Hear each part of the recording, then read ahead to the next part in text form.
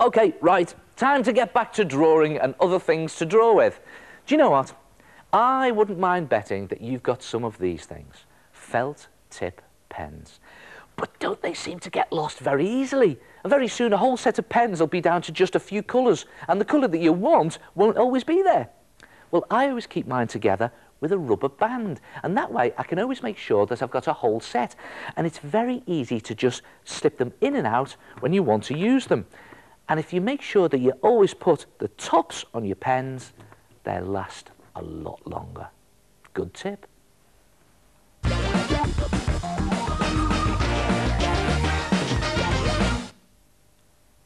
Are you like me? Do you have trouble with these things? Felt tip pens. I mean, there are so many different types of felt tip pens available, aren't there? Just look at this lot. What have we got here then? We've got jumbo marker, micro marker, magic marker, thick point, thin point, chisel point, expensive ones, cheap ones. Do you know what? They are so confusing. All right, let's get it sorted out once and for all.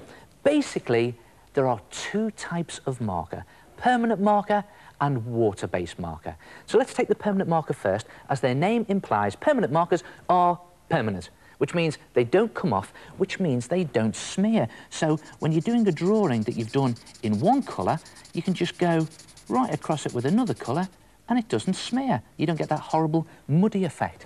Now, another good thing about permanent markers is you can draw on almost anything. You can draw on paper, obviously. You can also draw on glass. Now, here's an old picture that I was going to throw out. Just do a little doodle on it like that. Look at that. And the permanent marker even goes on the glass. Looks better, doesn't it? In fact, it will even go on plastic. Here we are, plastic bag. Just do a little design on this, just to jazz it up a little bit. Like that. And it goes on very easily. In fact, it feels great. It's really slippy. And it goes. And when it's dry, of course, it's permanent. And there it is. In fact, you can even draw on cloth and fabric. Look at this little design I've done there, the American flag. And in fact, permanent marker is so permanent, it doesn't even come off in water. Watch this. There it is. Drawing I've done there with permanent marker, and it's absolutely fast. Of course, the fact that it doesn't come off in water means that it's difficult to get off your hands and your fingers, and it's almost impossible to get off your clothes.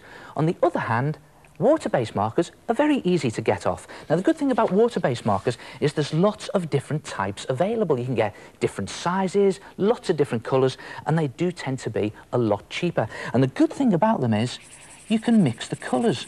Now, you can't do this with permanent marker. Look at that, bit of blue, and then on top of it, I'm going to do some yellow, and look at that. It goes to green. Yellow and blue make green. Now, you can't do that with permanent marker. The bad thing about water-based marker is they do smear. Watch this. I've done this picture in black water-based marker. I tried to colour it in with yellow, and look what happens. The colours smear all over the place. So you have to be really careful when you're colouring in with water-based markers. Be careful the colours don't touch. So, your water-based markers aren't as permanent as your permanent markers, but you can mix the colours. Now, one thing generally that's bad about felt tip pens is you can't get many different shades or tones. They tend to be one flat colour, like this red and this blue. But you can get round this by using other things on top of them. What about a bit of wax crayon to give it some shading? And that goes on top of felt tip pen very easily. Look at that, it gives a good shading effect. And believe it or not, an ordinary pencil, this one's a blue pencil, will easily go over felt pen. And again, you can shade with different coloured pencils, so you don't need different coloured markers for that. And what about just some ordinary chalk? Give it a bit of a highlight on the top there, like that.